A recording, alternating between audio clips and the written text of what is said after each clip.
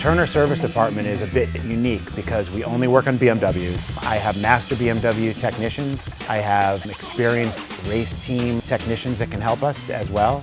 And I have expert fabricators.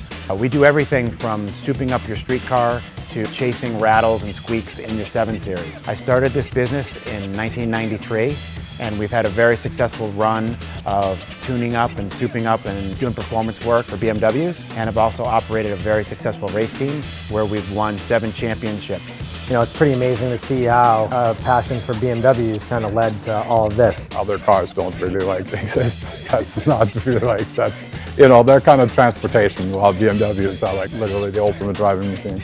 I don't really have interests outside of cars.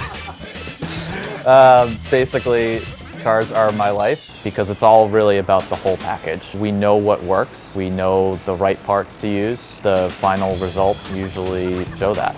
Who wouldn't want to take an already awesome machine and make it even better? And I think that's the core of why Turner Service has been so successful and why we've produced such amazing machines. You know, we have customers from all over North America sending us their BMWs repeatedly for modifications and for upgrades. Everyone in this building is super enthusiastic and pumped up about what they do on a daily basis. It may not seem like that. It may seem like everybody's kind of walking around with a chip on their shoulder, but I think that's just the Massachusetts feel. All my guys love what they're doing. I love what we're doing. And coming to work every day, it's a new day, and I know it's going to be awesome.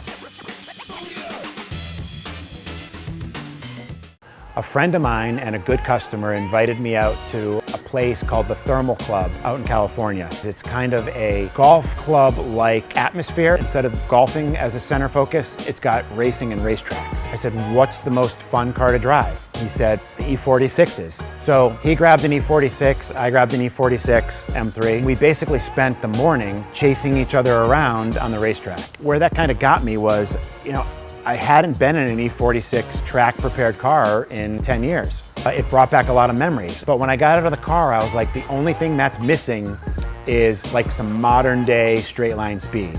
Plane ride home, I'm thinking, it would be pretty cool to stuff some modern horsepower, some big horsepower in an E46 M3. So when I got back to the shop, I already had an idea of what I wanted to do. I want to build the ultimate E46 M3. I want to put a high horsepower V8, great sounding, adrenaline building motor in an E46, but make it look pretty much like it came from BMW like that. But then again, a little bit so you're questioning, like, should that be in there? In my head, I can just imagine this car, how it's gonna sound when I start it up. Look at what I have here. Like, I have all the ingredients to build the best one. I had figured out in my mind what I wanted to build, but I really need everybody's buy-in that this is a good idea, because I need their best effort on everything and their passion on this, because this is going to be a seriously big project. I want to have everything perfect on this. I really needed these guys to buy into this, and almost, you know, I almost wanted to make them think it was their idea.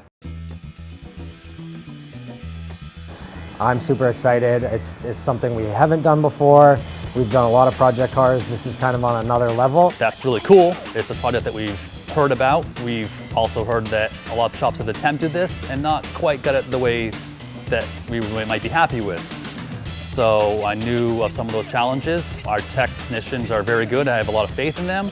But at the same time, so many other shops have attempted this and maybe not done the quite as high standards that I know Will wants. It's going to be a tough one, but I think we can do it with the guys that we have. Super excited. I think it is pretty much the ultimate BMW in my mind. Well, I've had several E46s, not M3, but I've had E46s myself. I'm a huge fan of that chassis. It's just, that car is quick. It's you can throw that around corners. Getting the added power in it's going to be a really cool car. The result will be fun, especially if I get a chance to drive it myself. I would love to drive the car. I mean, I know how well that chassis is. I know that engine. Putting the two together, it's going to be an amazing experience. So that's what I'm looking forward to, is driving when I'm done. It's going to be pretty cool to put this together and see people's reactions. When it's all complete and done and driving, it's going to be an exciting car to have come out of our shop. I would say, like any BMW owner's dream, to have a car like this, and not a lot of them can make it happen because it costs a ton of money, ton of time, ton of knowledge and expertise and resources. When the car rolls out onto the street and everything feels E46 like until you get on the gas and it feels S65 like. That's a huge one. Also getting it on the dyno and experiencing, not exactly, I don't need to know how much horsepower it's going to make, but I want to hear it and I want to see those wheels spin, and I want to hear a V8 spinning those wheels on the dyno in an E46 chassis. So those two things are what I'm looking forward to. And I also have a little soft spot for suspension stuff. Over the years, putting race-style suspension on street cars has been one of our expertise, making it so it's just stiff enough for the street where it's not a hindrance, but it also feels tight and feels like a race car for the street. Like, I like that delicate edge between the two, and I want this car to be the same. I want you to be able to drive it every day.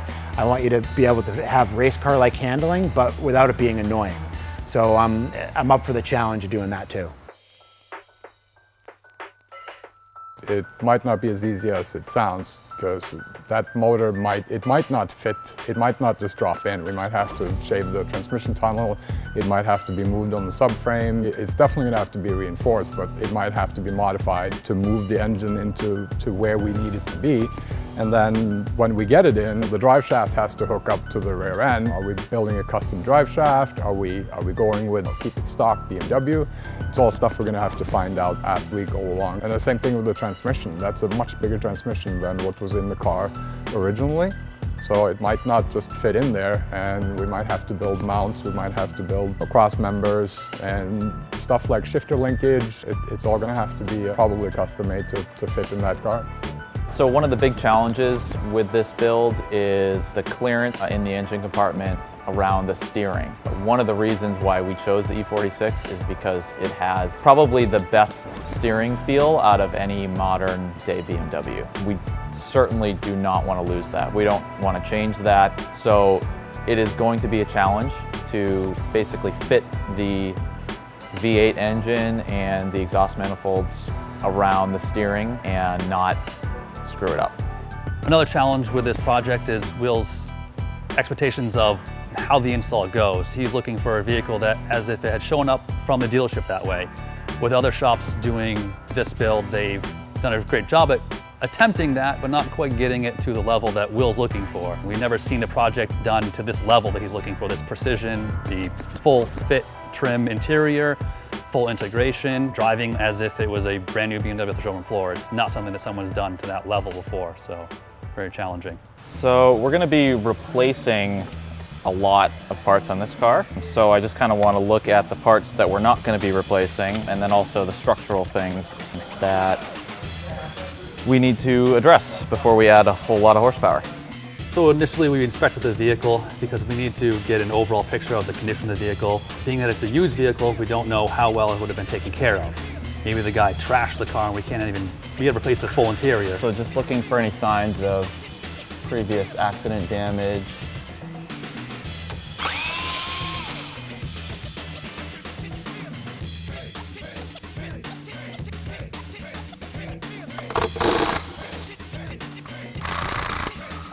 We're going to do a compression test first.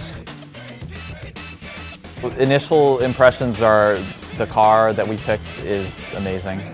It's super clean. Essentially at this point, I've looked the car over. It really doesn't need much, little trim pieces, that sort of thing. Pretty typical for the age of the car. The engine that's in it is in great health. We did a compression and leak down test, and those numbers were great. We tested it on our dyno. It made the numbers that we expected to make, so it's the perfect platform for this project. A beginning to end, it's great to put on a car on the dyno and see what it's making for power now. Like stock E46 on our dyno, it's making X horsepower. When we're all done with this project, we can put it back on the dyno and see what it's making now and have a great comparison of where this car started and where it ended.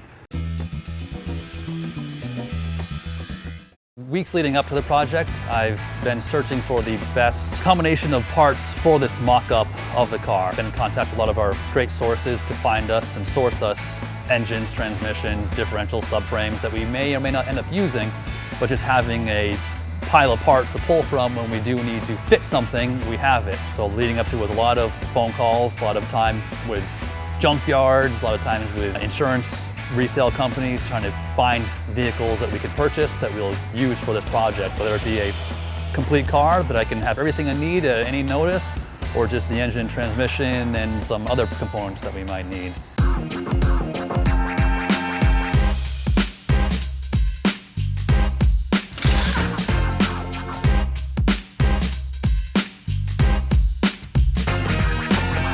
Obviously, there's a lot of stuff that needs to be disconnected first.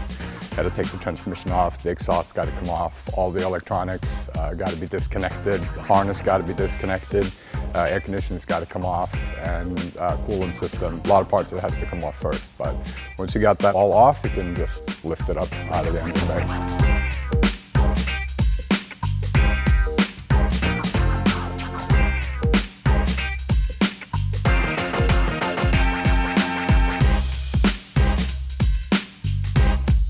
The next step was just to try to get the engine into the space, just to see if it would even fit, and it turned out it didn't. But what we're trying to do is get the steering column to come closer to the frame rail here, which basically allows us to run more header through this location here. Because the transmission is wider, the transmission mounts are spaced differently, so this won't work. So we need to find a different mount for the transmission. I think it should have a bigger scoop, but yeah, you know, just to kind of show that, like, yeah, it's a monster engine in here. Yeah. I think that would be cool.